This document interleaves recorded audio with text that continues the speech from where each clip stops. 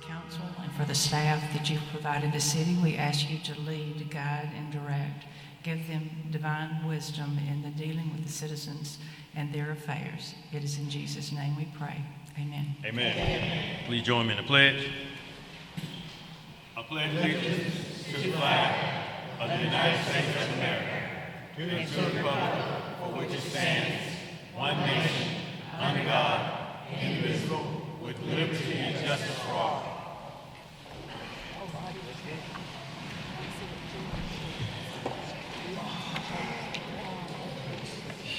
Council, before we get started, I would like to ask you guys to keep Miss Anita Clark in your prayers with the loss of her brother this week. So just keep her in our prayers as we move forward with this agenda today.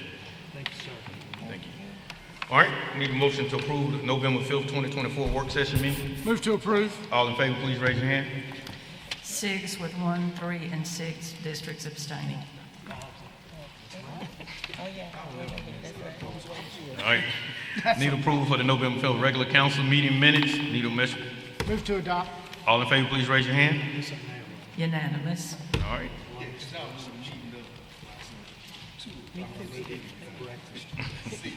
All right.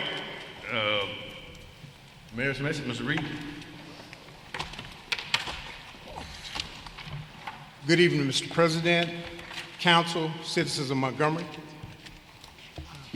I would like to take the opportunity to begin this week's message by highlighting National Apprenticeship Week.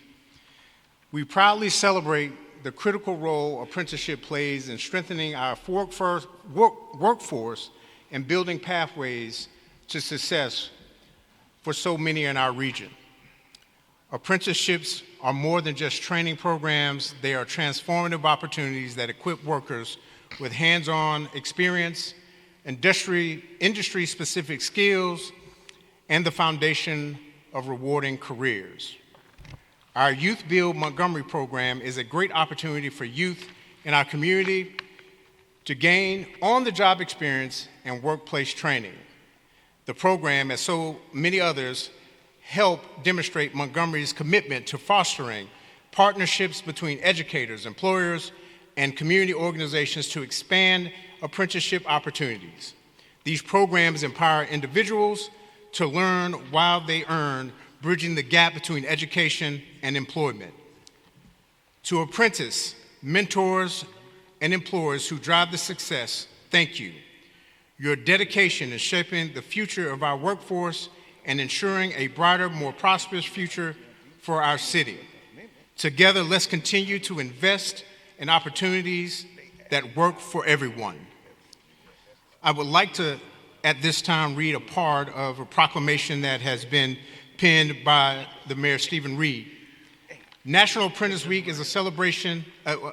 National Apprentice Week is celebrating its 10th anniversary of raising awareness of the vital role registered apprenticeships provide in creating opportunities by allowing apprentices to earn while they learn and prepare a pathway to good quality jobs and well-paying careers in the city of Montgomery and across the nation. The city of Montgomery recognizes that registered apprenticeship, a proven and industry-driven training model, is a key strategy to improving job quality and creation across a good-paying, family-sustaining job for all, starting with youth and young adults while addressing some of our nation's pressing workforce challenges, such as rebuilding our country's infrastructure, addressing critical supply chain demands, supporting a clean energy workforce, modernization of cybersecurity responses, and responding to a care economy initiative. Now, therefore, I, Stephen L. Reed, Mayor of the City of Montgomery, do hereby proclaim November 17th through November 23rd, 2024 as National Apprenticeship Week.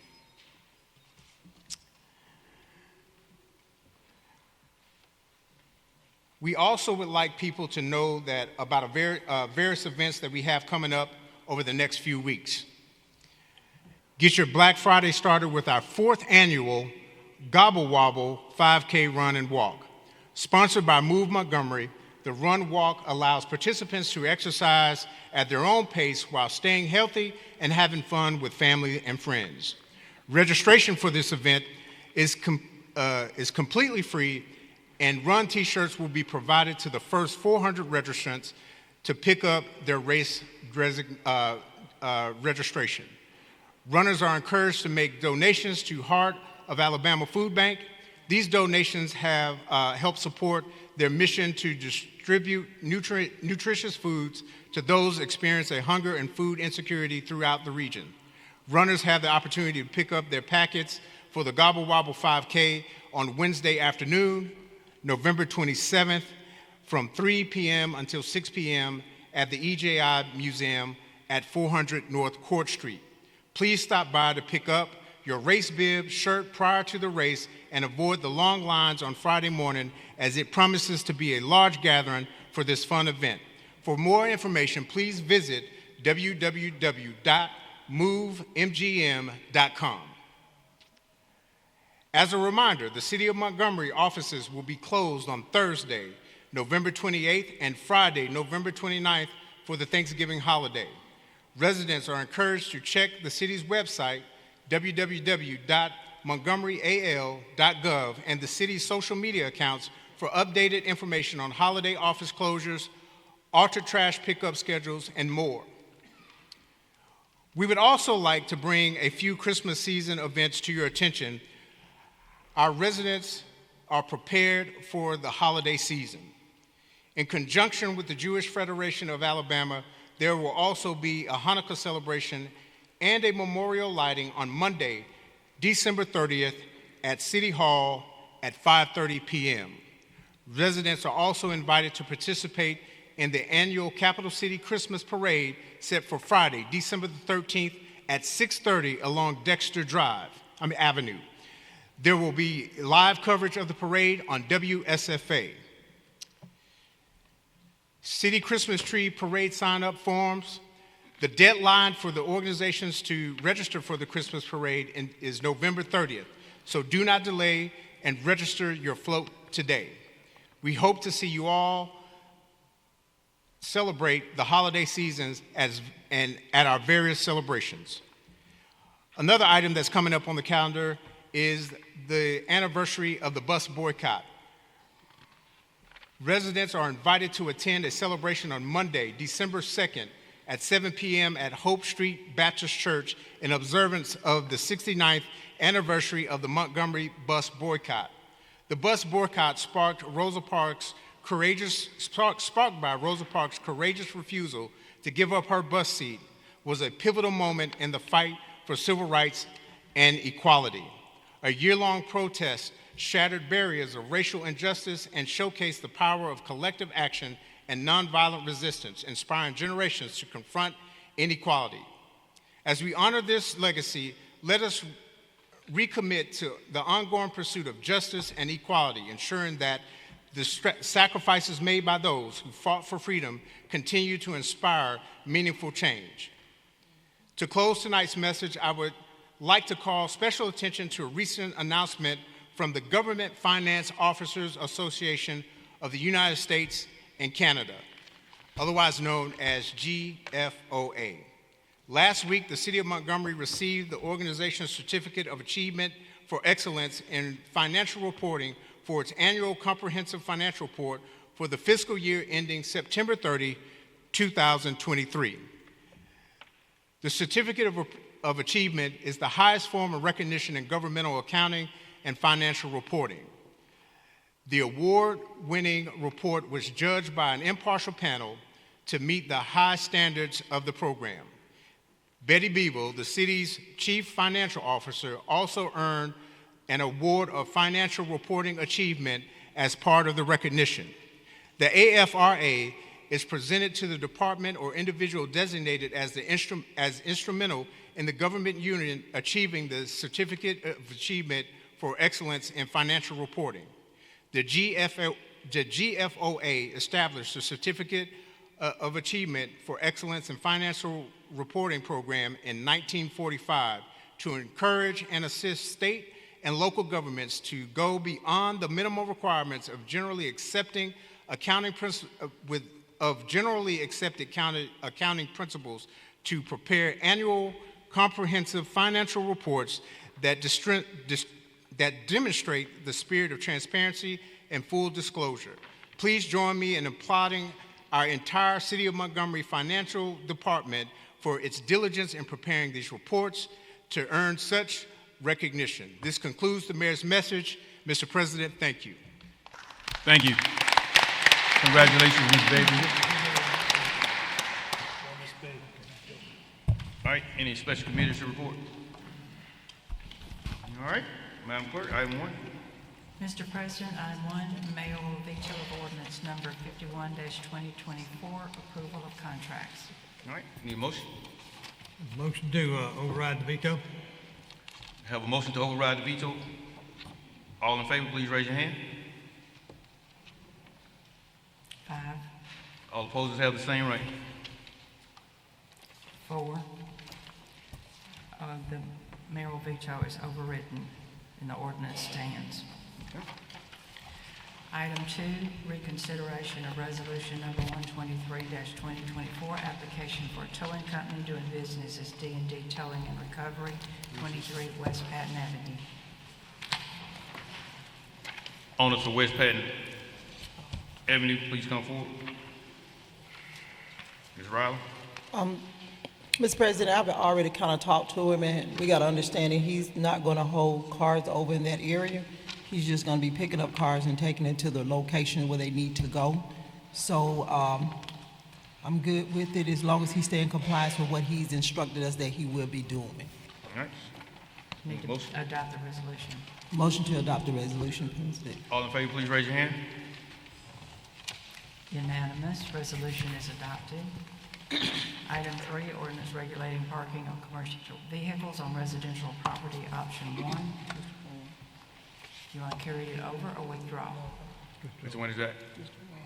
Number 3. Ms. Riley?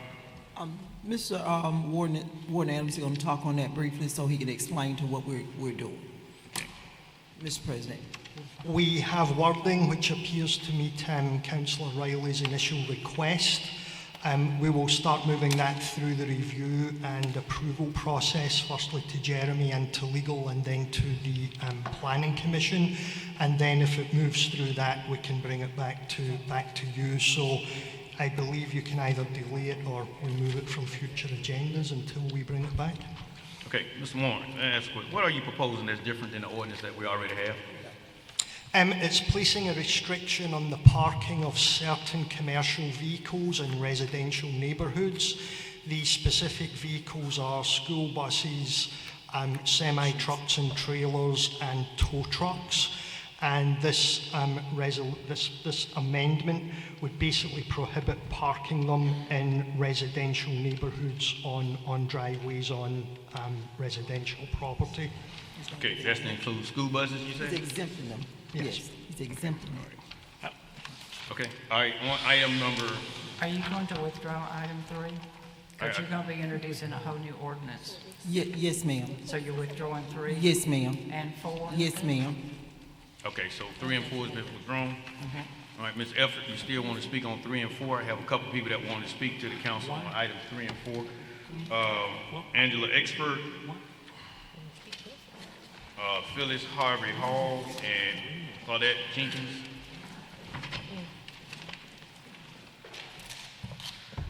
Good evening, my name is Angela Exford. I'm the South Johnson Neighborhood Association President and also South Montgomery Neighborhood Alliance President. I want the council to understand that in the municipal codes, there's a section 27-543 that states the city traffic engineer is hereby authorized to erect and maintain signs and other traffic control devices giving notification of prohibits or restricts of operation of commercial vehicles on the street and roadways. For designated truck routes, they are only allowed to come in and deliver or pick up items in those commercial vehicles. Our community had these signs put up by the city engineers. They came out and put brand new signs that has the big truck with the circle and the line that goes through. So that should be enforced. There's no reason why the city cannot enforce that because the city engineers have that right to put it up, and that is a controlled area. It is a residential area. In addition, There's also another provision in the municipal code, 27-542, that states commercial vehicles are prohibited from certain street usage in our city. So the city council can talk and rewrite it as much as possible, but at the end of the day, if it is not enforced, it will not work. We can write rules, we can write ordinances, but until we enforce what we have on the books, nothing will change. Our streets have eroded so bad that we've got patches, just like a hopscotch, patches all through our streets, throughout our neighborhoods, and we just had another pipe to burst in our street. Yes, we have that gravel put down for several weeks, and then they come back and pave it, but that's unacceptable. This the capital city. This is city of dreams. We got to get it right. Enforcement, enforcement, enforcement. Thank you. All right, Ms. Hall?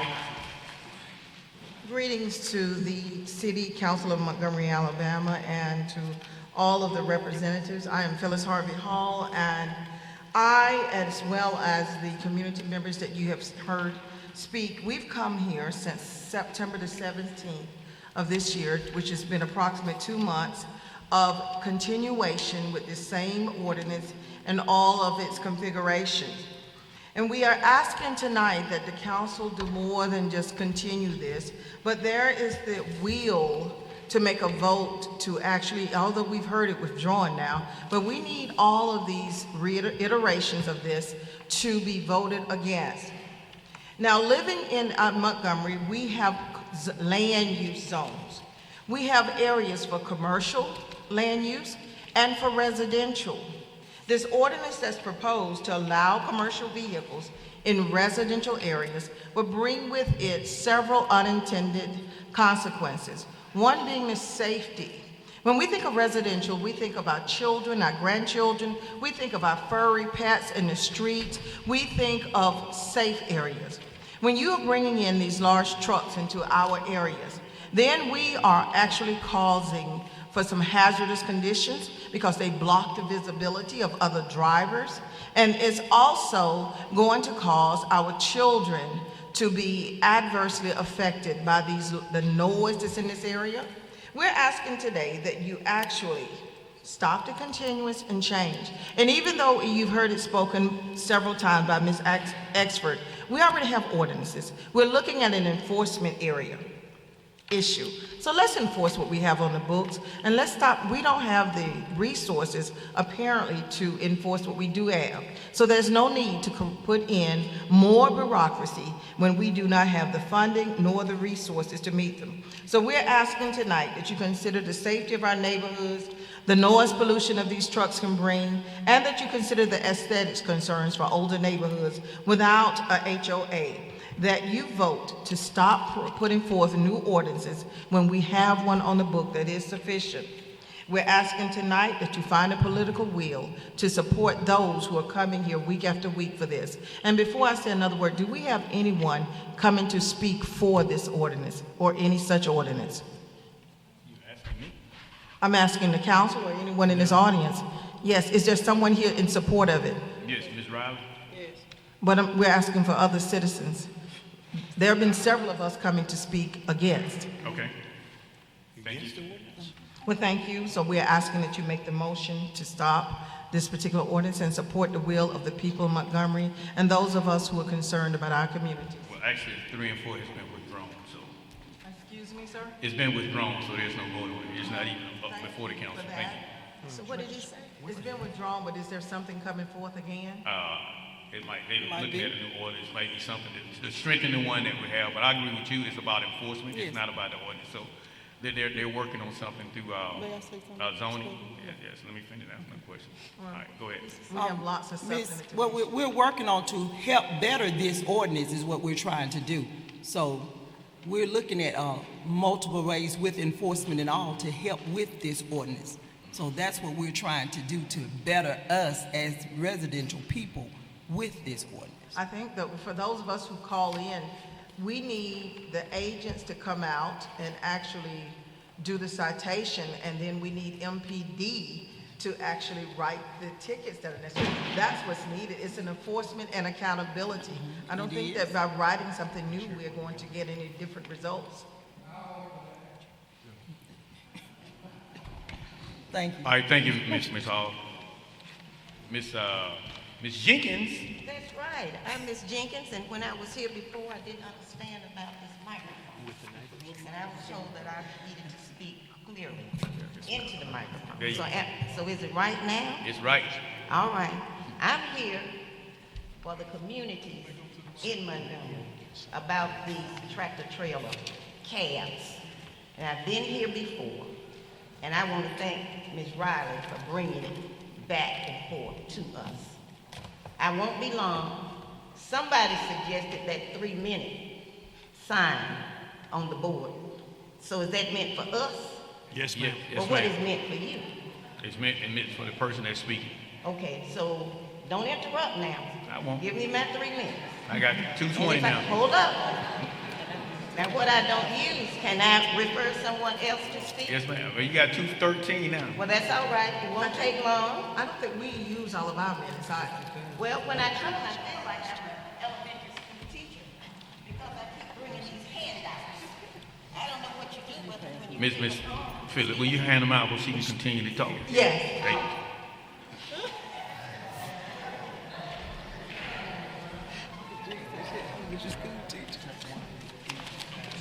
I'm just a citizen. I'm not an orator. But I love the community, and I like where I live. I left here 50 years ago, and I came back and I invested in a home. But what I saw, I didn't like. And that was like these people going into businesses, and they should have examined that before they went into business to see what has to be done. Not bringing that truck home because I walk the neighborhood and I see what's going on. And they hide them sometimes behind the privacy fence. My property value is going down. I want to sell my house and move into a nice high rise.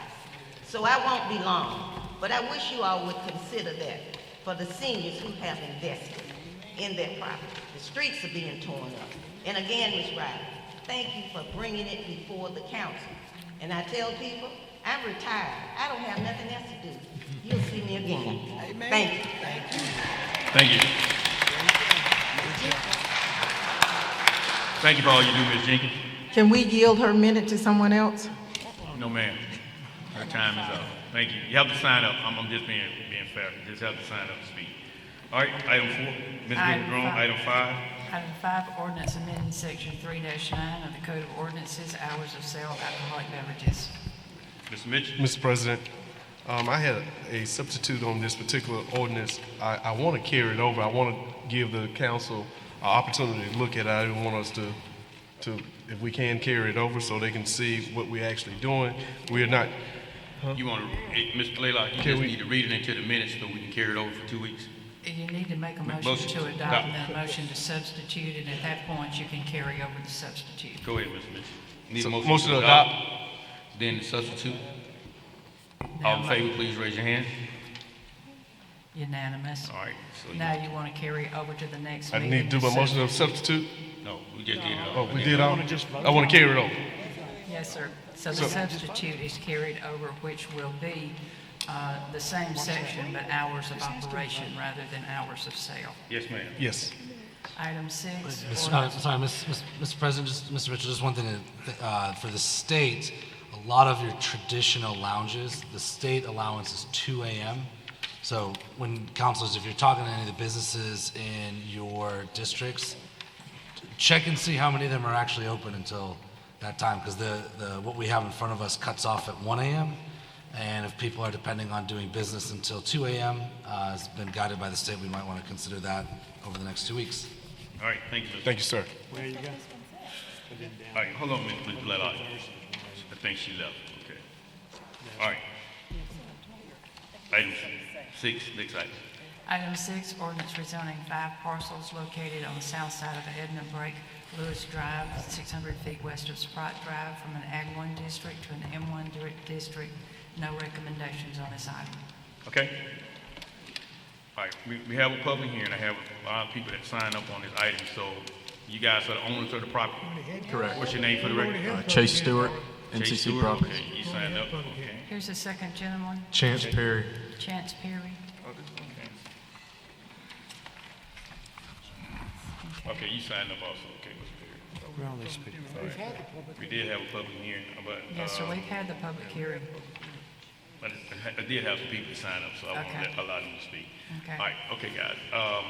Stephanie Lowry, you guys are on item number 6. You will come to the mic, please.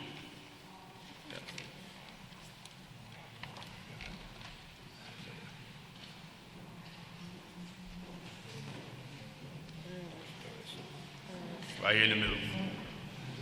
It's not gonna bite you, so you can move a little faster. Is one of them Stephanie Perry? Lowry? All right, so on item 6, I have, if I call your name, just state your name for the record. I guess it's Candy Wan? Gandy? Is it Gandy? I mean, y'all wrote it. Hey, from now on, let's give them the print on this.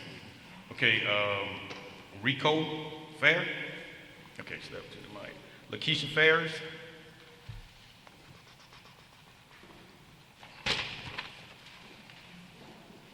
All right, and the rest of you guys, I guess, it's some name I can't, it's Gandy Warren, Wan? What they say? All right.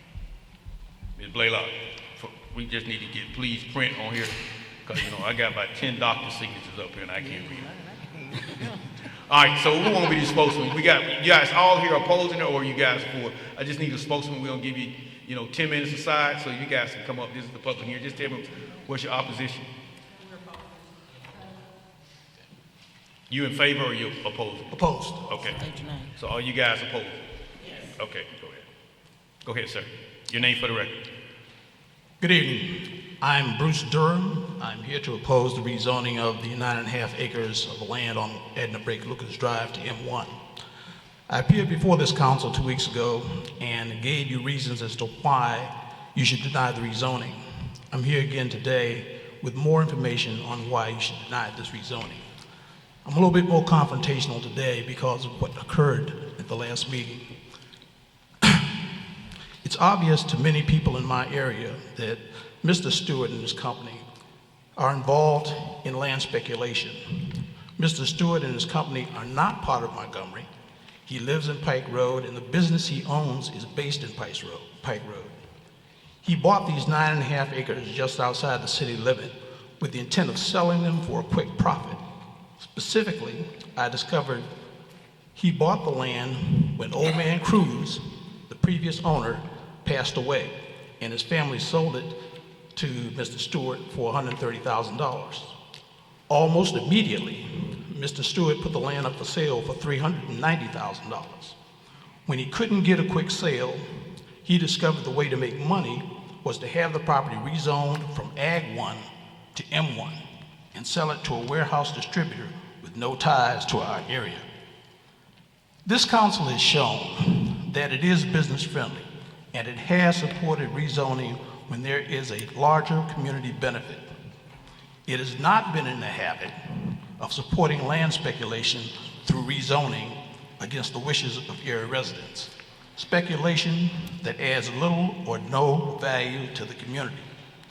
In my view, this is a matter of short-term thinking, manipulation, and behind-the-scenes influence without seriously looking for creative alternatives.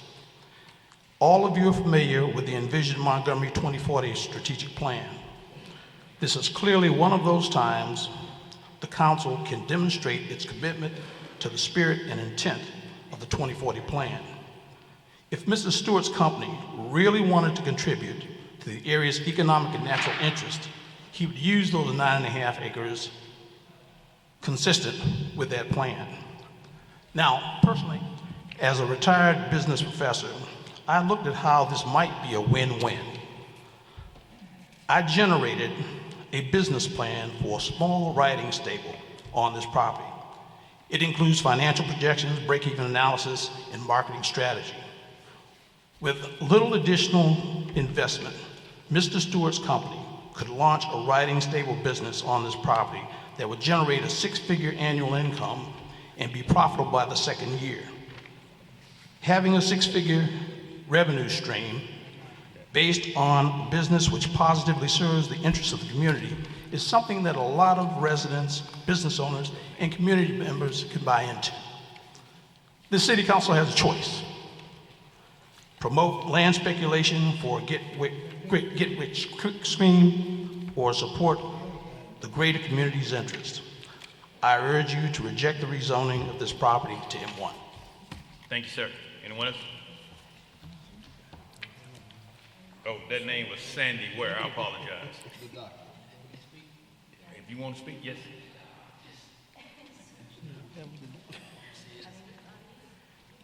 Yeah, my name is Sandy Ware. I reside on Edna Break Lucas Drive. And yeah, we all came down to oppose this thing that Mr. Stewart is trying to do.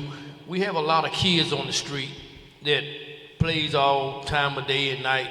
And by him bringing in this business, whatever he's trying to bring in, I think that wouldn't be a good idea. There's no lights on the street. The water is bad down on the street. So I think it'd be a bad idea. All right. Thank you, Mr. Ware. Anyone else? All good? Mr. Sankey? Thank you, Mr. President and members of the City Council. I'm Isaiah Sankey. I'm the representative on the County Commission for this particular area. And I'm here because they invited me here and they have no representation on the City Council. And so I'm standing on behalf of these citizens as their county commissioner. I had an opportunity to meet with the petitioners, and I certainly understand their side. I'm all for business development. I'm all for taking property and turning it into productive use. But I'm also concerned that the citizens have bought homes there, they live there, they've established their lifestyles there, and we should not allow just any speculators to come in and try to change the value of the properties that as they currently exist. And so not opposed to the petitioners necessarily, but I am concerned that this body has been asked to make a decision in terms of rezoning the property from agriculture residential to light industry. That concerns me, and so because of that, I stand with the property owners tonight to say that we probably should not rezone the property because they wish it to remain the same. Okay. And so I'm here for that reason. And again, as I said, they have no representation on the City Council, and so I'm here to represent them as the County Commission for that district. Right. Thank you, Mr. Sankey. Any questions from the council member? Anyone else want to speak? All right. Thank you.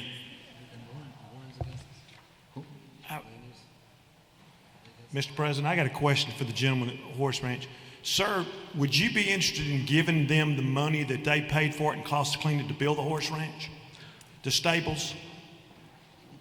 I would be willing to maybe invest some money for stables. Okay. All right. But they've got money tied up in it currently. Would you be willing to give them the money they get out of that plus their cost? Mr. Grimes, I think that's an unfair question. No, really. no, I'm asking. I'm asking. No. Let me just say one minute. He has invested in a property there. And basically what I just heard is they're invited, these people, I'm not against business, I'm pro-business. But they're coming into a neighborhood where the people that has invested in that property is saying that's not what they want. CC, right across the street, there's a trucking terminal right across the street. But we missed that on the rezoning. There's no trucking terminal across the street. We missed that part on the rezoning. This council probably didn't rezone that. I'm talking about what we're having before us right now. And then one thing I want to say is when we look at what we're talking about with our planning commission, that's what they're supposed to be screening this for. And we keep, too often we get these things say no recommendation. No recommendation. I agree fully. Either we need to disband the planning commission because everything comes to this council without a recommendation. Now we're hearing the public hearing, and I'm hearing what the planning commission should have heard.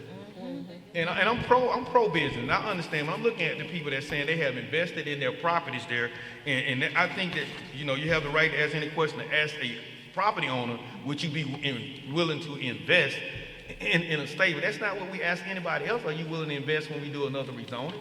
I mean, it's already zone ag.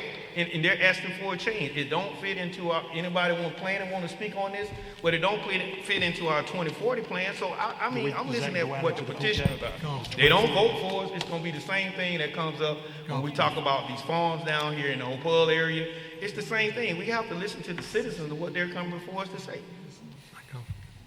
So, I mean, it's proper before the council. You know, we done heard what we need to say, so I'm open for a motion.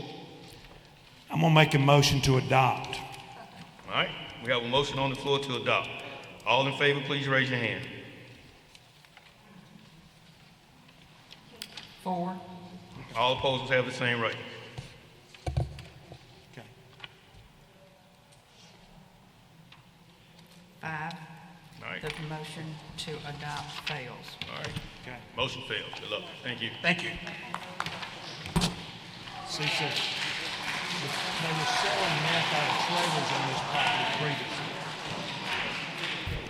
Item 7, ordinance rezoning one lot located at 3701 Atlanta Highway from an O2 district to a B2Q district. This item has been withdrawn. All right. Item 8, ordinance rezoning 2 lots located at 1751 Yarborough Street from an R65D district to a B2Q district. All right, Kenya Carroll? Yes. Okay. State, how you pronounce that? Kenya Carroll. Okay, Carroll, all right. All right, Mr. President, I spoke to the business owners. I'm excited about what they're doing, and I just want to make sure we do everything proper and in order. So they have something scheduled with our Economic Development Department, and we'll follow up in 30 days, and I'll then vote in favor, but I just want them to get everything in order. All right, so what's your motion? 30 days, and we'll revisit. Okay, you got that? You're good? Yes, sir. Okay. Thank you. Thank All right, you. Thank you. But this is carried over for For 30 days, yes, ma'am. Item 9, ordinance repealing ordinance number 40-2024, gun magazines. All right, Mr. Pruitt, on our public communication on item 9, have Mr. Tony Garrett, Ronald Davis, Chief Grables,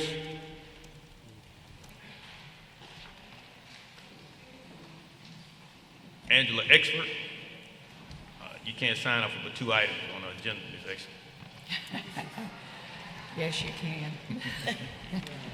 That means she signed up for 7. All right, Mr. Pruitt. No, we going to let them go ahead and speak? Yeah, we let them. All right. All right, we want to go first. Ladies first?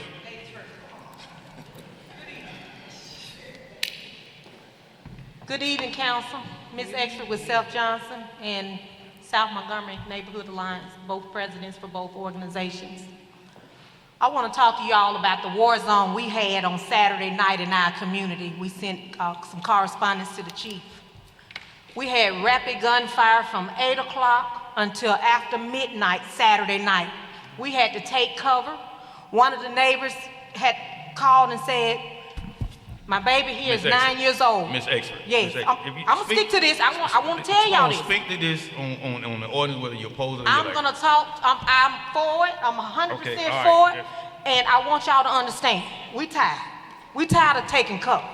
Now, when they wrote that Alabama law, they said, this is what's in the law. It said they have to be 19 years or older, or 18 years old if they are an honorable discharge veteran or a veteran law enforcement person that is 18 years old can carry a weapon.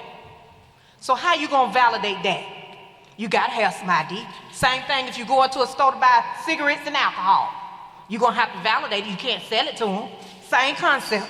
So why are we playing around with the citizens' lives in this city? Don't be scared. Step up to the plate. There's a loophole in there, and it's telling you exactly what it is. They have to be 19 years old or older, or 18 years old, a veteran that has been honorably discharged, or a law enforcement officer. Work through the process. Stand up for what's right for the citizens. We're scared here in this city. Enough is enough. When we heard that gunfire ring out on Saturday night, from Saturday at 8 p.m. until after midnight, and then hit again on Sunday night, it's ridiculous. We haven't had that problem in a long time, but this particular weekend, I guess they said, well, we're gonna do Seth Johnson. We had shootings on all four corners of our neighborhood.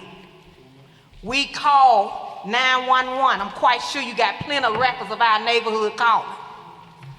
But when a child come to you and say, will the bullets come through the brick walls? I'm scared.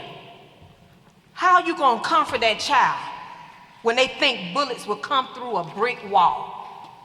You are our elected officials. You're in those seats to protect the citizens of this city. This is a city of dreams, not a city of nightmares. We got to work together as a unified unit. Being in the inclusion, all 9 districts, let's pull it together.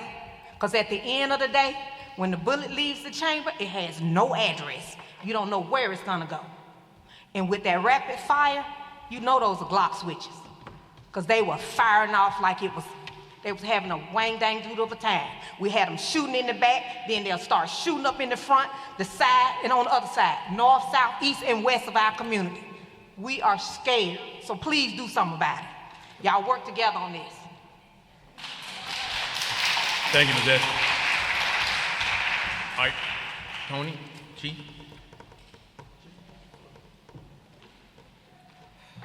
Good evening. Good evening.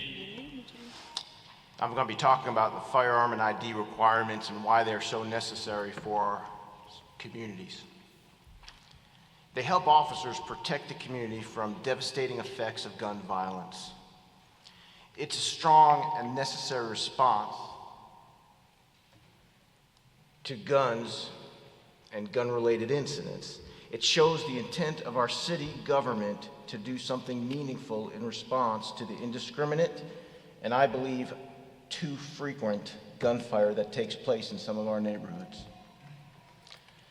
The City Council and the Mayor took action with the ordinance to help protect our vulnerable neighborhoods because current state gun laws are not giving police the tools that they need to better control and prevent the growing incidences of gun violence.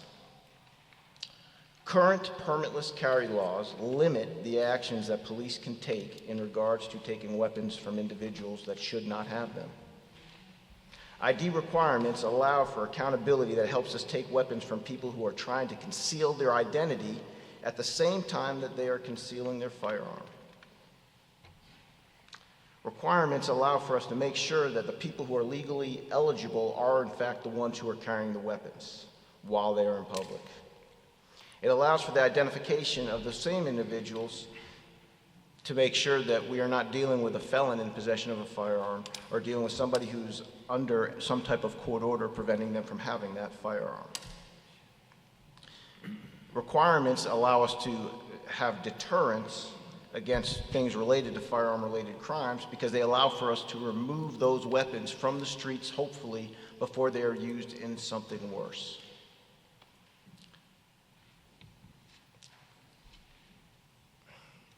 Firearms laws help give us tools that we need to deal with the guns that we find on the street too often.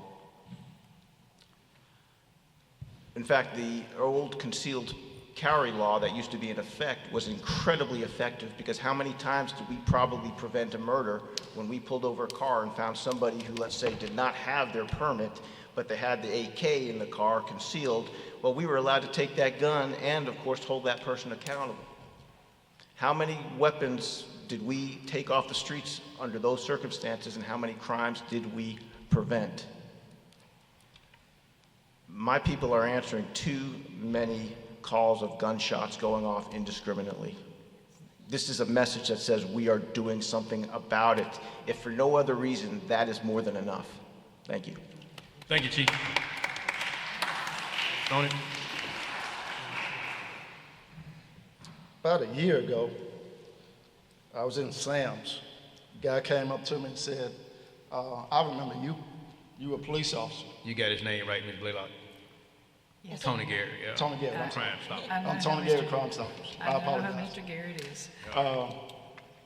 While conversating with the guy, he said, you pulled me over and you arrested me. I said, was that a good thing or a bad thing?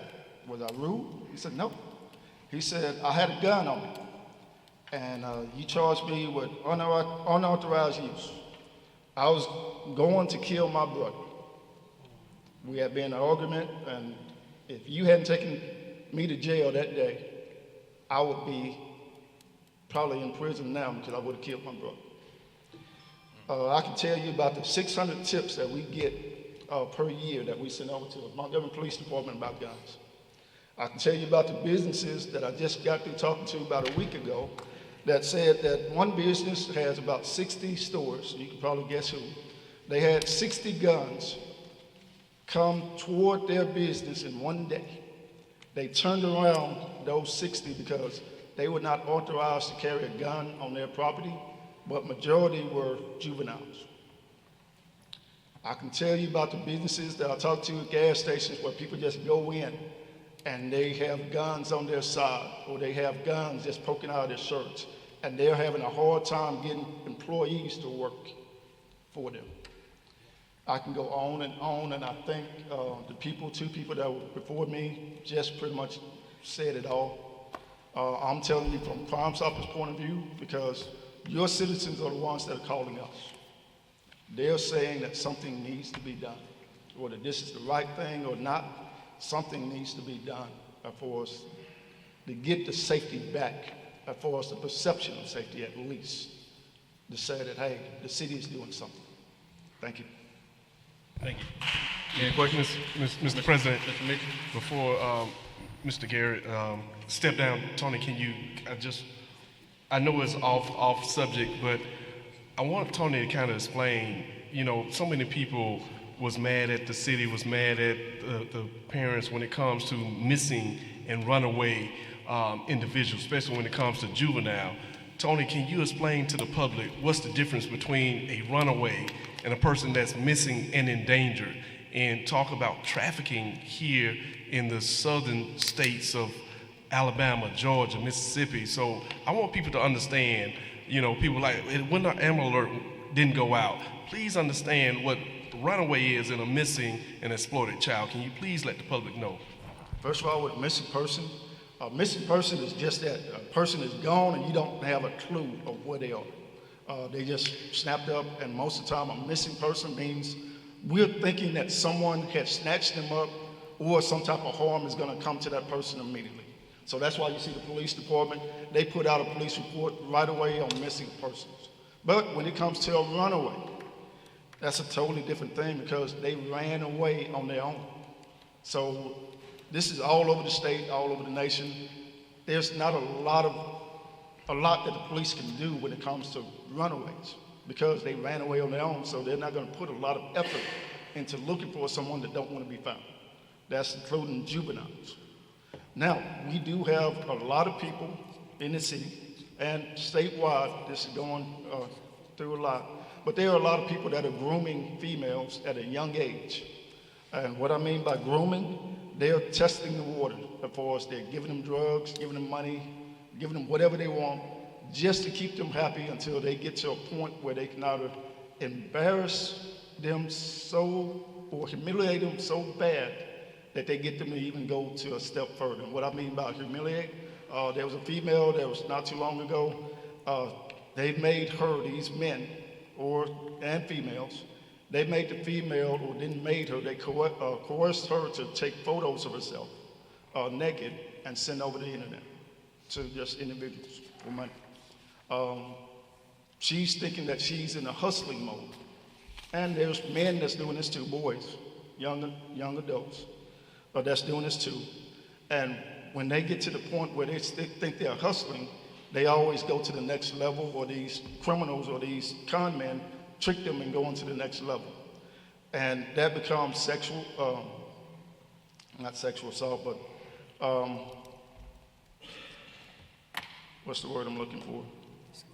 The sexual trafficking, thank you. Human trafficking, that comes a form of human trafficking. Where even our elderly people are being tricked into it too. They tell these elderly people that I need you to get 5 hotel rooms, downtown Montgomery, East Chase, wherever. 5 hotel rooms, that's all I need. I'm gonna double your money. And what they're doing, they're pretty much leading to the cause. These elderly people don't know that they're giving human traffickers rooms in order to do online prostitution. These young juveniles, when you're a runaway and you even come back to the parents, most of the time they're there to rest up and then go away. Ask me how many programs that actually take in a juvenile that's now has been sexually assaulted, that's addicted to drugs, and have mental illness. How many? None. I know because I called every last one that has a commercial, that has things up. The trick is you have to be willing to go. If you're still in the belief as a young teenager that you're in a hustling mode, you're not going to be willing to go into any type of treatment. The last person that we had that went into treatment, the judge actually ordered them to go into treatment. What we're going to do, I think Mitchell and John say we're going to have a meeting soon to talk about what we can do on the ground level as try to help some of these parents that have their kids that are being possibly targeted for these human traffickers. Right now, we do have a grant, an opioid grant that's we're waiting to see if it get approved, where we have a shelter that's willing to take in juveniles. That will take in a juvenile that's a runaway, that is addicted, that has been physically abused, and that has mental illness. They're going to keep them for 5 days and be evaluated, and then we'll have at least information to show the parents that this is what your child is going through, and maybe convince that child that no, you're not hustling, you're being hustled, and hopefully we can get that person some help before you see them on the side of the road in their late 20s or mid 20s, and they're so strung out that they're not profitable anymore, so they put them on Carmichael Road, they put them on West Boulevard. Did I answer your question, sir? Yes, sir. And council, that's what I want y'all to understand, that when those legislators go into session, some of the things that we need to address, and I work with Mr. Garrett all the time, some of the things that we need to address is what he's talking about. So we got to make sure that our legislators are doing everything possible, because like I said, those juveniles are being exploited here in the city of Montgomery. Thank you, Mr. Garrett. Thank you, Mr. Mitchell. Mr. Pruitt. Real quick, Mr. President, Rhonda, you said it, we need to work with the legislatures. This law came from the legislatures about the no permit. We wrote something that is in direct violation of state law. Stacy, am I correct? We are not enforcing this law. Ms. Exford, you said a minute ago enforcement is the biggest thing. What we have on paper ain't worth what it's written on. We have corrections that I'm going to pass out to the council this week that we think we can hold up in court and make this law work for the city of Montgomery and the police department.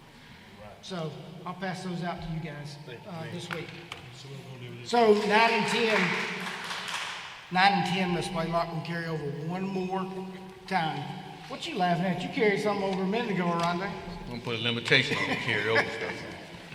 And I'll get, council, I'll get you guys these changes, and you can take a look at it. Thank you, this Mr. week. Pruitt. Yes. And I want to say, I mean, I think we listened at it, and I think we did this from a council standpoint, listening to our citizens talk That's about right. we needed to do something gun violence. So we did something, we reacted to it, we supported it unanimously, and so we're moving forward to work through based on what our legal people are saying that we can do to enforce it. We hear you, we're trying to react from a standpoint, from a city council, and protect our city and our citizens, so that's what this council did when we passed this. Correct. Thank you. Item 11. Item 11, application for towing company doing business as Clutch Roadside and Auto with no physical location. Ms. Beard. Is the owner here? Owners for Clutch, Towing, Roadside, Auto. Ms. Beard. We're just gonna roll it over one more time. Hey, you think he gonna ever come? I don't know. I mean, we can just vote it up and down, and you don't have to worry about it. Is he not showing up at all? He's not showing on. Yeah, Vote it down. but we Vote can't it carry down. it over. That's what we do most of the time. He doesn't come. Vote Okay, it we're down. gonna vote this. Make a motion to deny. Charlie? They have a motion on the floor to deny. All in favor, please raise your hand. Unanimous. That's over with. Resolution is denied. He'll come next week. Well, he's a little too late. Now he's out there operating without a business Right, license. so. Yeah.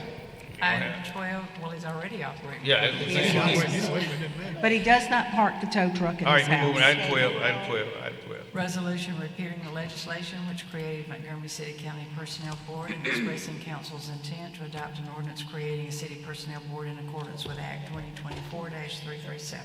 All right, Mr. Samansky. I made my comments on this in the regular session. In the work session on what I think we need to do with this. This council passed a ordinance to establish a human resource department with the city of Montgomery, and it has not been established. I think some questions that came up in our last council as a whole is about, we don't have the human resource department, and we talked about getting rid of the personnel, how would it work hand in hand. So my recommendation was that we just carry this over indefinitely until that HR department's come, and then this ordinance will expire at the end of the year, and then it will have to be new before we move on. Yeah. Good. All right? Sure. So we're going to carry this over indefinitely. Indefinite. Carry it over indefinitely? Yes, Or ma'am. table indefinitely? Table indefinitely, my bad. Put it on the table. Item 13, ordinance modifying the district plan of the City of Montgomery Tourism Improvement District. Any motion to suspend the rules? No. This is old business. Move to adopt. Old Okay. business. Motion to adopt. All in favor, please raise your hand. Unanimous, ordinance is adopted. Item 14, ordinance amending the Code of Ordinances, Section 6-208, collections overdue charges regarding the Montgomery Tourism Improvement District. Any motion? Move to adopt. All in favor, please raise your hand. Unanimous, ordinance is adopted. 15, resolution extending the moratorium on automated car washes for an additional 6 months. You wanted to amend that, Mr. Grimes? Yeah, I'd like to carry it over another 60 days, and we're going to come up with something that we can do in that. I'll get some ordinance that I suggest that we do within some limit between car washes. Not by as the crow flies, but by roads. So we Okay. can't have 4 just stopping in a quarter mile, half mile. If you carry this over, the moratorium is lifted and they can make applications. So you want to do the mileage within a certain mile, so many feet? Just wanted you to be Well, clear. can we, all right, tell me how we can carry it over for 60 days, moratorium. No, you can adopt it and then amend it. Make a Okay. motion to adopt and a motion to amend to change it from 6 months to 60 days. Okay, I'd like to make a motion to adopt. I got a motion to adopt, then amend. Yes. Amend All- for an additional 60 days, Correct. Yeah. 60 days. All in favor, please raise your hand. All in favor of the amendment? The amendment, please raise your hand. Mr. Calhoun, unanimous? Now voting on the main motion, all in favor to adopt, please raise your hand. Unanimous. Resolution is adopted as amended. Ms. Thank you. Blaylock, I made a mistake. I need to go back to item Thank you, number Ms. 12, Blaylock. and I know we carried it over, but I had 2 people to speak with the council on that. Item 12? Yes, ma'am. Why? Okay. Mr. Kevin King and Mr. Kendall Anderson.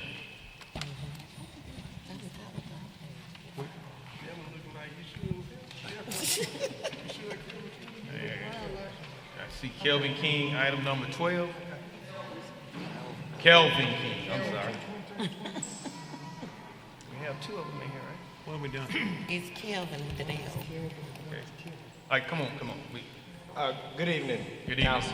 How's everybody doing this evening? I think the mayor's office have reached out to me to kind of give an explanation of how we got where we were, where we are.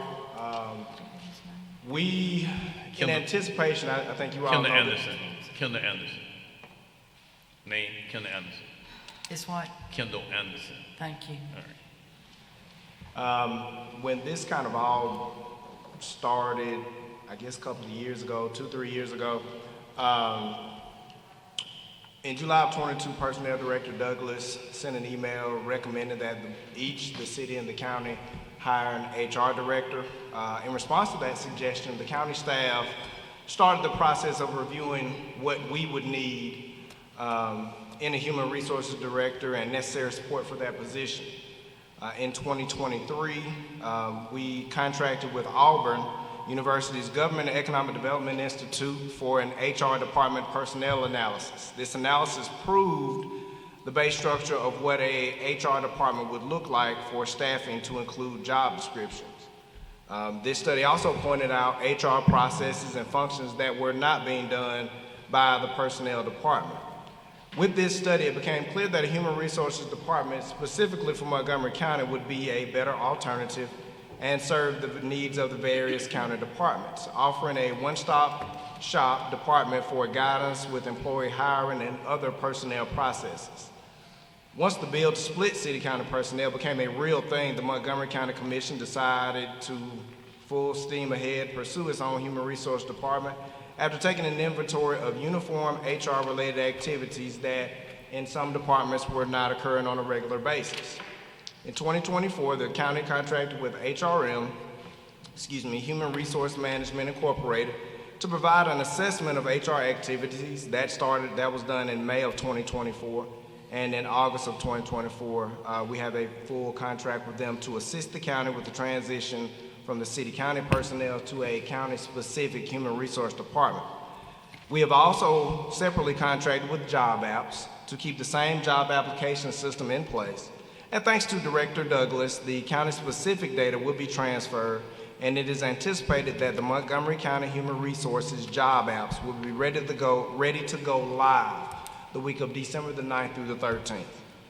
The Commission fully understands that we will be paying more than the 20%, which equals out to be about $276,000 on this new system, but we do also understand that it is a part of Montgomery County's growth and redevelopment. Any questions? Any questions, Mr. Anderson? So you guys are moving forward. You're not with the personnel department anymore. So that's what you're saying. You're moving forward with your own. Okay. Today we adopted they adopted the rules.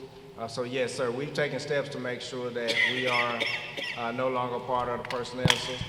Okay. Yes, sir. Thank you, Mr. Anderson. Thank you. Mr. King.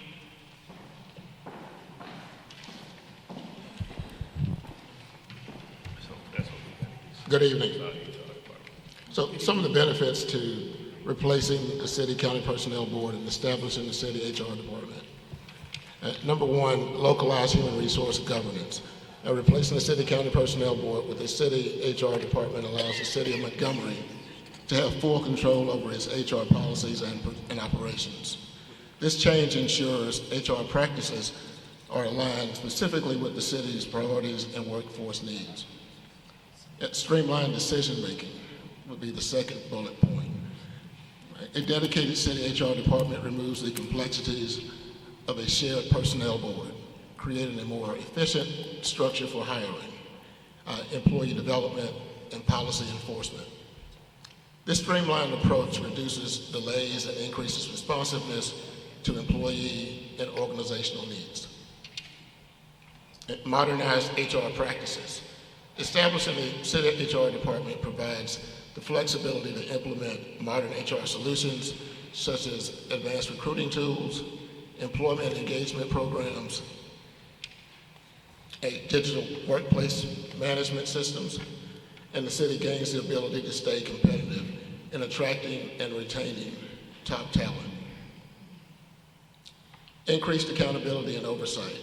A city HR department ensures direct oversight and accountability for personnel decisions, eliminating the shared governance challenges of the current personnel board structure. This fosters greater fairness and consistency in how policies are applied and how employee concerns are addressed. Cost efficiency and resource optimization.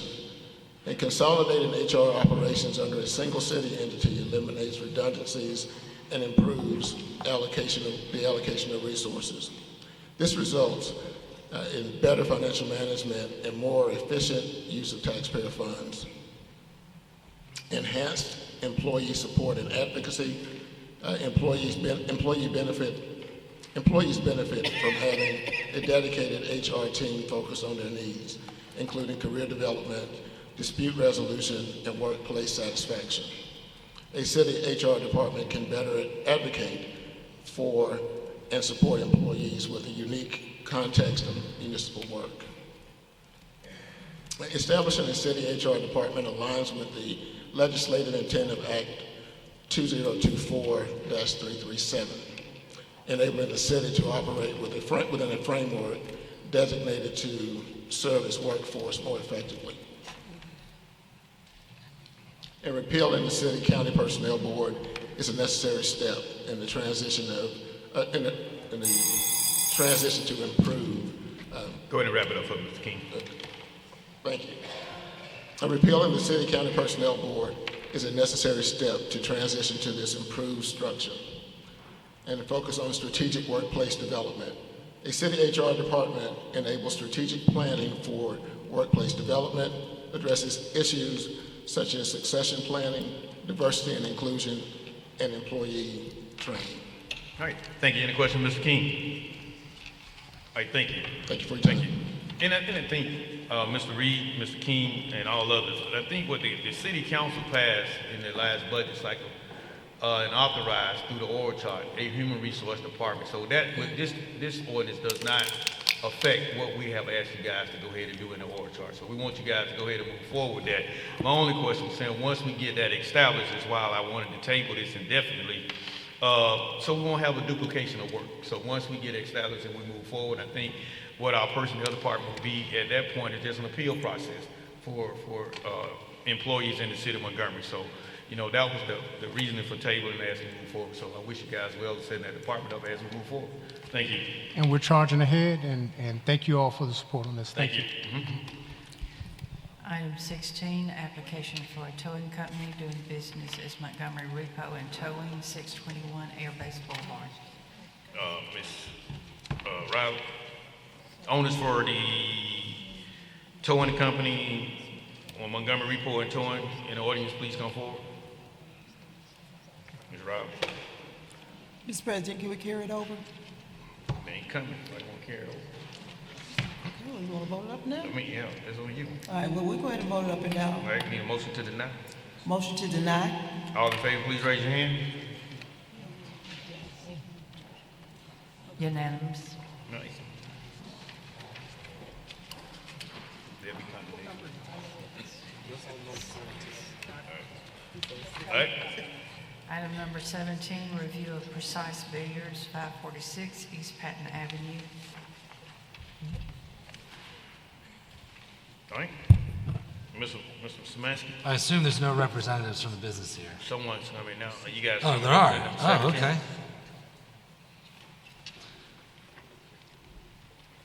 All right, your name, is this Shaquilla Smith? Shaquilla? Yes, Shaquilla Smith. Shaquilla Smith, and do we have Danielle Holmes? Yes. Okay, Yes. all right. Yes, ma'am. All right, so is your business Precise Billiards or is it the clubhouse? Precise Building. And it's in 546 East Patton? Yes. And you have a business license? No, that's what we're here for today, for the business license. See, this is, again, this is the confusion that this creates, right? They're here for a business license, and 546 East Patton, you're in the Normandale Shopping Center? Right, Okay, and you're not open right now? right. Okay.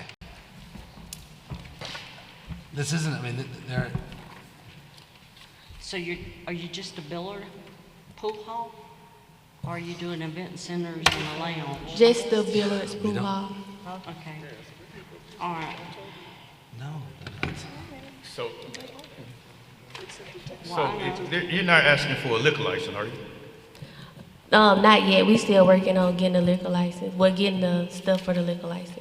Okay, No, they we just just did the business license You right just now. need the business license, so they just need to come to So what 25 we Watt. need, yeah. But I'll speak to this because I'm looking at it right now, and on their application they say event center on here. It's And plain as lounge. day and lounge. So she's saying that here, that's not what. But on the paper she's requesting a lounge and an event center. So we need to make sure when folks understand what they're asking for, or when they come address the council, that there's an understanding of there's different rules for different types of businesses, and And a billiard hall, yes, is different than a lounge or an event center, but when you put on your application, event center and lounge, that requires some additional things. I just wanted to be clear there. No, and I appreciate that, Mr. Reed, and I'm pretty sure with the city of Montgomery, if you're gonna get a lounge license, you have to have gone through the ABC process as well. Isn't that coming to us? Right. And so, again, we have a business over in that same, you're in Normandale Shopping Center, correct? Are you in the, which unit are you in? 546. 546. And there's nothing in that unit right now? Right. And no activities happening there right now? Right. Okay.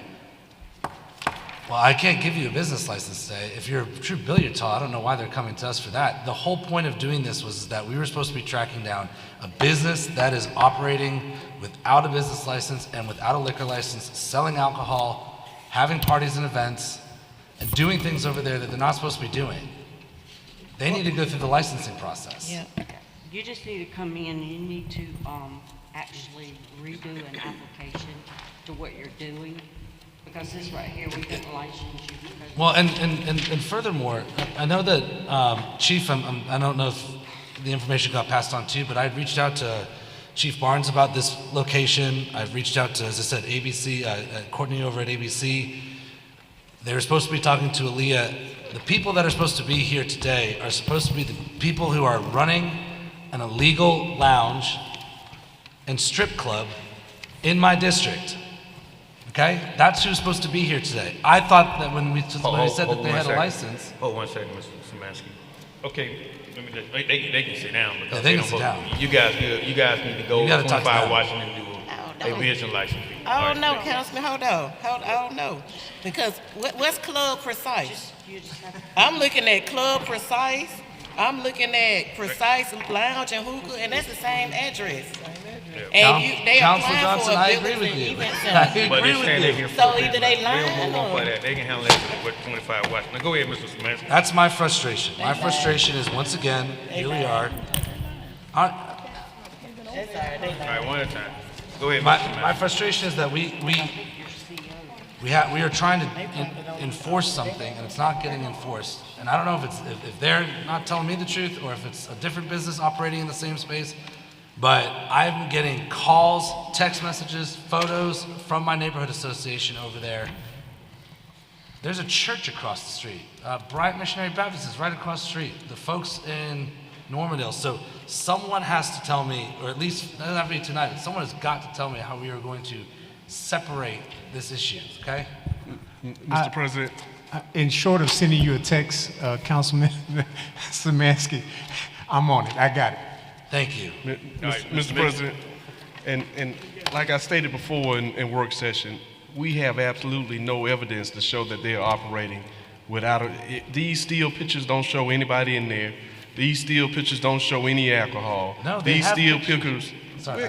Where? No, but then that don't show. What do that show though? All right, That's come on, not let's a live picture. You But can't. it's a- okay, You sorry, can't go to Stacy. I've been working with Stacy with this for 5 years. We've been doing this for 5 years. You have to have somebody undercover going in there taking those extra videos. Because they gonna say that they gonna say what they always say. You can have all the flyers you want to. But guess what I'm gonna say? That we did not have that party. And that's what we gotta work on, and I'm glad that Ms. B have put it in the budget to get somebody that actually go out. Until we have somebody to go out after hours, we're gonna be doing the same old thing.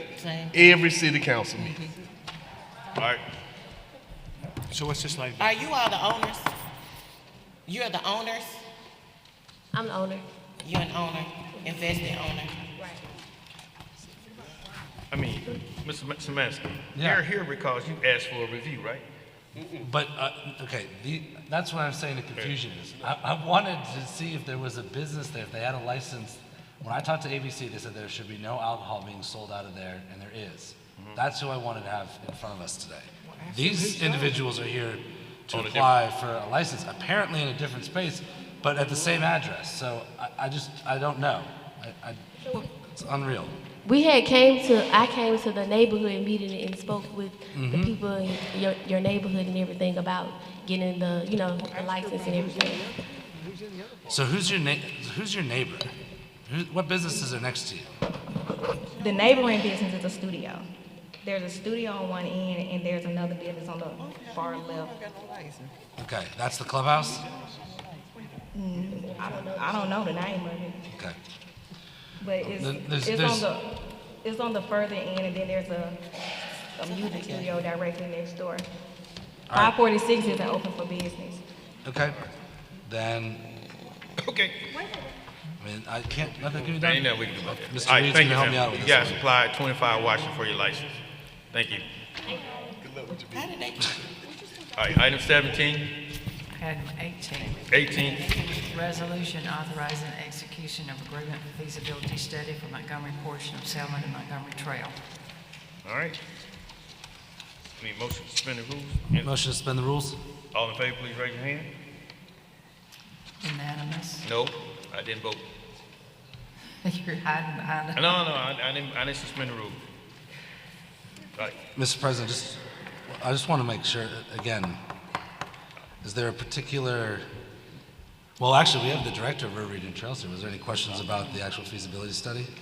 I didn't suspend the rule. Next item.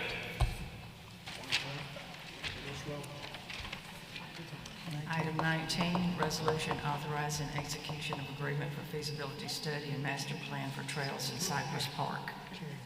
All right, need a motion to suspend the rules? Motion to suspend the rules? All in favor, please raise your hand. 7 with 1 abstention. Okay. Excuse me, can we go back to 18? I have Mr. Cate here to speak to it. I'm 18, we're going to 19. I'm going to 19. And I That understand, is- I understand what we're doing, but what I'm trying to do is show why we needed to do number 1. Because that's where the politics get involved when it comes to these type things right here. And that's all I was trying to do in the beginning when we talked about contracts and what we got to do. Politics gets involved when you look at these type things here, and then you don't raise your hand on the suspension of rules. Now we send this back to these departments for 3, 4, 5 weeks because we're holding up contract. The same way we did with this human resource department and this personnel department. We held this up since April, and we get to the deadline and we can't act on that. And I know the politics that this council playing, so CC gonna play politics tonight. Mr. President, Mr. President. Mr. Szymanski. So a couple of things. Number one, the council, even before my time, had already voted to adopt and take on the initiatives in Montgomery Thrive. At the last meeting, Mr. Reed had asked that we exempt ARPA projects from the contracts list, which I agreed to, and substituted the resolution to include ARPA projects. It seems like we have just some minor changes, and again, we're talking about playing politics over almost $4 million of quality of life investment in the city. I think we played politics when we did number 1 2 weeks ago. And we talked about the politics that was going to be played. I understand what you're talking about. So the explanation to me now, no one wanted to listen during that time when we talked about these things. When we talked about, okay, this is what's going to get involved in this. Ms. Johnson spoke of that. So now we do what we want to do when we vote on something, but now when it comes back and it hits you in the face, now we want to talk about this now. Well, no, I think actually I'm moving on. We're on item number 20. Well, point of order. I mean, what I would like to say, point of order, just there so was no it's suspension of rules. What's your point? There was no suspension of rules, so why are we discussing? We're moving on to this one? Moving on to number 20. Item 20, resolution authorizing execution of agreement to assist City of Montgomery with management of ARPA Trails projects. All right. Need a motion? Ms. Blaylock would like to carry this over to the next meeting. Yes, sir. That's not a consensus of the council. That needs to come from the chair. Now I need to take a vote on the consensus of carrying this over for the next meeting. All in favor of carryover, please raise your hand. 3. All opposed at the same right?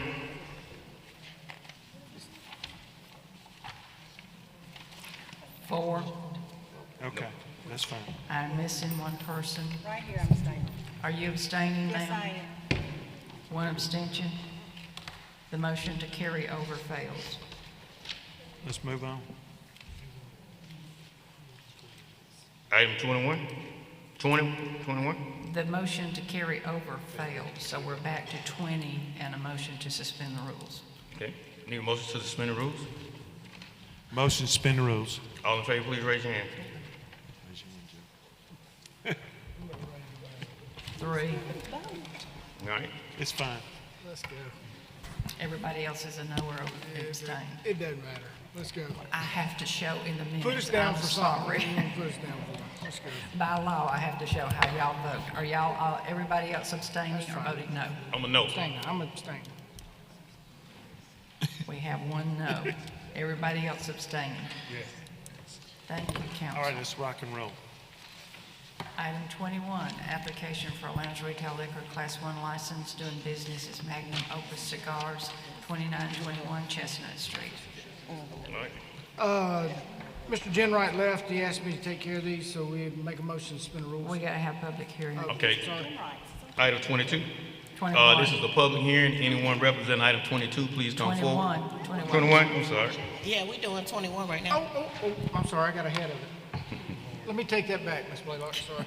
And I'm still here anyway. My name's on there. I thought we were on 22. It's all right. I can speak for it.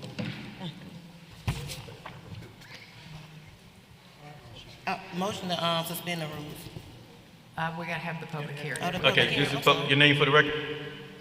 William Whitlow. William. Katrina Whitlow. I did not get his name. William Whitlow. William. Willow. Yes, William Whitlow. And you're? Katrina Whitlow. Thank you. All right, this is a public hearing. Anyone like to speak against this item, please come forward. You represent the property, right? They're the owners. Okay. All right, I declare the public hearing has been held. It's proper before the council. All right, motion to suspend the rules. All in favor, please raise your hand. Unanimous? Motion to adopt. All in favor, please raise your hand. Unanimous. Resolution is adopted. Good luck with your business. Good luck with your business. Thank you all. Item 22, application for special retail more than 30 days liquor license. And council, they changed the name on this, if you'll let me do it as an editorial change. It's PCH Hotels and Resorts doing business as Activity Center, 201 Dexter Avenue. All right, your name for the record? Chris Townsley. Okay. All right, this is a public hearing. Anyone like to speak against this item, please come forward. It's proper before the council. Need a motion? Motion to suspend the rules. All in favor, please raise your hand. Unanimous? Motion to adopt. All in favor, please raise your hand. Unanimous. Resolution is adopted. Item 23, application for special retail more than 30 days liquor license doing business as Plaza Grill, 770 Washington Avenue. All right, need a motion. This is a public, no, I need a public hearing on this. This is the public hearing. Anyone like to speak against this item, please come forward. Seeing none, declare the public hearing has been held. It's proper before the council. Need a motion? Motion to suspend the rules. All in favor, please raise your hand. Unanimous? Motion to adopt. All in favor, please raise your hand. Good. Ms. Beard, unanimous. Resolution is adopted. Item 24, application for restaurant retail liquor license doing business as Commerce Cafe, 401 Adams Avenue. That'll be an editorial change also. Okay. This is a public hearing. Anyone like to speak against this item, please come forward. Seeing none, it's proper for the council. Declare the public hearing has been held. It's proper before the council. Need a motion? Motion to suspend the rules. All in favor, please raise your hand. For the rest of the agenda. Unanimous? No, I think we got another public hearing. I think that's the rest. That was 24? Mm-hmm. That was just a business next. Okay, let's go. All right, need a motion to suspend the rules. All in favor, please raise your hand. Are you doing it on all the? Yes. Unanimous? All right. Motion to adopt. Y'all done lost me. What number we on there? We're on 24. All right, this is a public hearing. We've already had public hearing. Okay, all right, let's go. All right, And she motion to suspended adopt. the rules. Now we got a motion to adopt. Ready to go. All right, need a motion to adopt. Need a motion to adopt, please raise your hand. Unanimous. Resolution is adopted. Rock and roll. That's it. Thank you, gentlemen. Thank Good you, luck. council. Good luck. Item 25, resolution declaring, authorizing, and assessing cost of replacement of public nuisances on various lots. All right. Move to adopt. All in favor, please raise your hand. Unanimous. Resolution is adopted. All right, Madam Blaylock, we have one more resolution for, Yes, a resolution approving 8 contracts and authorizing mayor to execute. And if you'll look on the resolution, you'll see those contracts and their amounts. and the intended use of those contracts for your approval. Okay, now let me ask you a question. Now I see the 7 to Montgomery and the Cypress on this, are those just added to? It's an addition to, it's an additional contract. I mean, it's different from what was presented to the others. Okay. These are contracts that I have here. The other was provided in your, Okay, anybody have any questions on the contracts that you have before you? And Mr. Reed? Where do we get them? Yes, sir. And this separate resolution that we received with it, I see the 7 to Montgomery, the Cypress, and we voted, we didn't suspend the rules on those on the other ones. Are these additional ones? So, so that's why I wanted to talk to you about 20 and 21. Okay. So 20 and 21, by the, 19 and 20, I'm sorry, the local agreement we had when it came to ARPA dollars, if we made any significant change or funding changes to those particular projects, the council would have to come back and vote a new resolution. So those aren't contracts, those are just the expenditure of the ARPA dollars. It's a compliance issue that 19 and 20 are remedying. For lack of better words, if y'all want to have your political discussion, this is where you have that political discussion. 19 and 20 is not the place to have that discussion, at least from my perspective, because we need to have those ARPA dollars allocated and obligated by 31 December. The more we kick the can on that, those are projects that you all have agreed upon. All we're doing is adding Jacobs as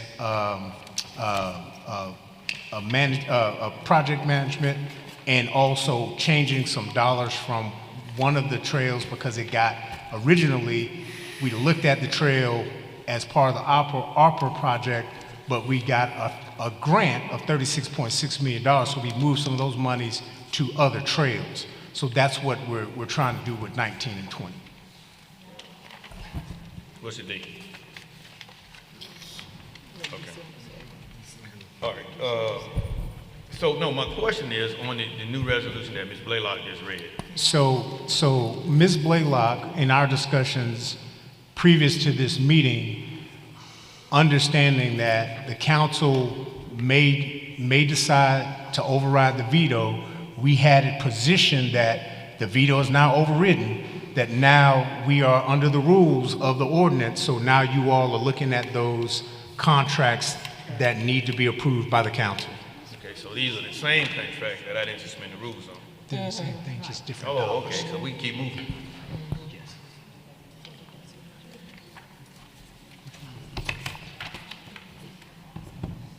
So, Mr. President, I'm pretty sure Szymanski? what Mr. Reed is saying is that like if you want to punish me for the trails project, no, you can't. I'm not No, we punishing know, anybody. no, hold on a second. It's just This is what, if you want to, if the issue is are we not going to say yes to the contract today on trails just because, that's fine. But what he's saying is that 18 and 19 and 20 were compliance issues with ARPA. The contract itself is in the floor resolution right here, so it's kind of, I mean, and I don't know if anybody from Jacobs is here. They were hired as part of this project to do some project management to help with some of that oversight. So I guess we're not shifting any money to that. I mean, it just doesn't make sense that we would not at least do the compliance work. And if you want to fight about funding, which has been discussed, agreed upon, voted upon, way before even I got onto the council, we can have that conversation. Hey, I mean, Mr. Tate. Let me rephrase. Yeah, I'm not punishing anyone. I'm voting my conscience. Just like everybody voted their conscience at the chance that they voted, you voted your conscience. So my point from the initial, when we first started talking about contracts, let me go ahead and clear the record. In 20 years I've been here, we have not had a contract cap on any mayor in the city of Montgomery. It just expired in October of 2024 on a blanket contract that we have for any other mayor. So it's not the politics. The politics is coming in when you want to put a cap, and then when it comes back, that's why I said when we put caps, and now they come before each council meeting. You can have the same thing happen each council. Nothing about the trails, no punishment against you. Any council member can come and look at these contracts, don't suspend the rules, and just like Mr. Reed is saying, you hold it up. We got to have this obligated December the 31st. This council has the obligation and the right to look at any contract that's signed in the city of Montgomery. You have the right to go to the clerk's office, look at these contracts, and you look at it. I think we slow down the process by what we did today, and we discussed it. We put a cap on it, so it slows it down. So if a council member decide not to suspend the rules, not to vote, pull something out, all they do is put the politics in it. And that's all I was saying in the beginning, but no one wants to listen to that. We had a blanket cap. We can look at any contract. We just heard about an audit that this city had, one of the best that we had. There's no improprieties going on in the city, so why do we need it? So the politics is being played way before we got to this point.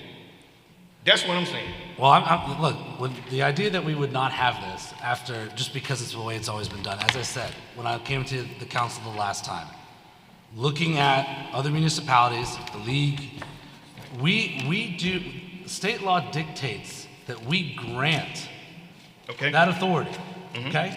And so whether it be Mobile or Birmingham or Auburn or Tuscaloosa or anywhere, when you grant that, and look, we've been talking about this for 6 weeks. If the issue was the number, we could have a conversation about the number.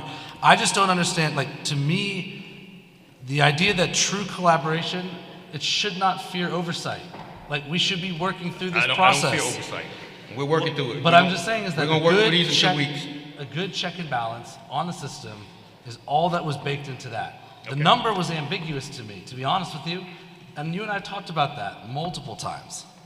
We did, and I didn't agree with it from the beginning. That's fair. I don't think that the idea, I mean, the micromanagement of contracts and all that. So what are we doing if we're not micromanaging? It's good checks and balances. Okay, What's the wrong with checks and good balances, when we look at that routing sheet that I passed out on these contracts right here.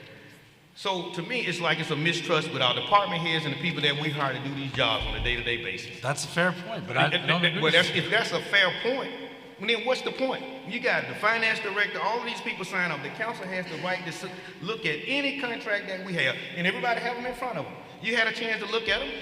Ms. Blaylock has the contract on her desk. If you want to look at it, I just don't think putting a cap on it. So if this is what we have to send a message, this is what we're going to do today. Well, to me, it was about knowledge, CC. I'm saying. Well, I got the knowledge. That's fine, but I'm saying that the whole point of doing this was the opportunity for us as elected officials who are supposed to be good stewards of taxpayer dollars. This is one way for us to do that. Okay. I agree with you. Where we up? What number are we on? Can I put in my 2 cents? Yes, ma'am. My job is to see that procedures are done. The authority has to either be given to the mayor or the council will vote on it. I'm not signing a document until one of those 2 things are done. Right. I got you. Appreciate it. Yes, Well, sir. I'm not suspending the rules on this item.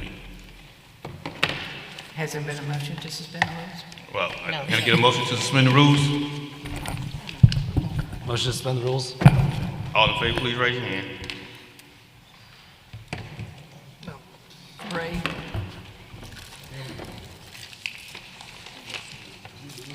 Okay, council, are y'all ready for contingency or? I'm ready. Yes. Yes. And if I can add one, Mr. President. All right, any other things from the council? Yeah. Hold on, no, we're not. We have public communication. I got contingency, Mr. President. Okay, all right, go ahead. District 1, $1,000 to AUM baseball. I got another one. Hold up, one. Wait just a minute. District 2, $1,000 to Coliseum Boulevard Library for art program, $500 to Girls in Training. District 5, $500 to MPS for Percy Julian High School Senior Giving Activities Accounting. What's the pleasure of the council? Do we want? Can I add one too? Do we want mayoral approval? Do we not want mayoral approval? Not? Okay. So you want to add? Yes, $1,500 to Floyd Middle Chair. To who? Floyd Middle Chair, Floyd Magnet Cheerleader. Floyd Magnet. Cheerleader. Oh, Cheerleader. I'm sorry. Cheer. Okay. Ms. Blaylock, I got one. Yes, sir. $700, and I don't know how the vendor, the Martin Luther King Jr. birthday bash, Melly was in here earlier, $700 to that, if they're a vendor. Yes, sir. I will look and see how we did it last year. Anybody else? Mr. Mr. Zeman. I'll do the same thing as Mr. Grimes. 700. Yes. Ms. Blaylock, District 6, $1,000 to Bellingraph Diamond Youth Baseball League. Bellingraph Youth, what? Baseball League. $1,000 to, oh, 1,000 to, Montgomery Music and Art Foundation. okay. $1,000 to Women in Training. And $1,000 to Young Men on a Mission.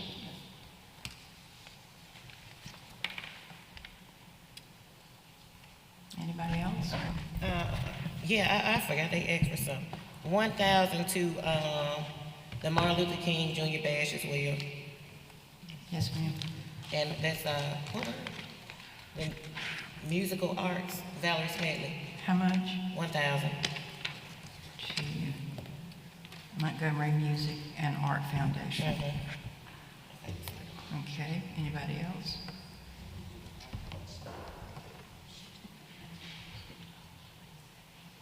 Okay, Mr. Chairman, I think we need a motion. All right, need a motion for approval? Move to approve. All in favor, please raise your hand. Unanimous. All right, anything else from council? All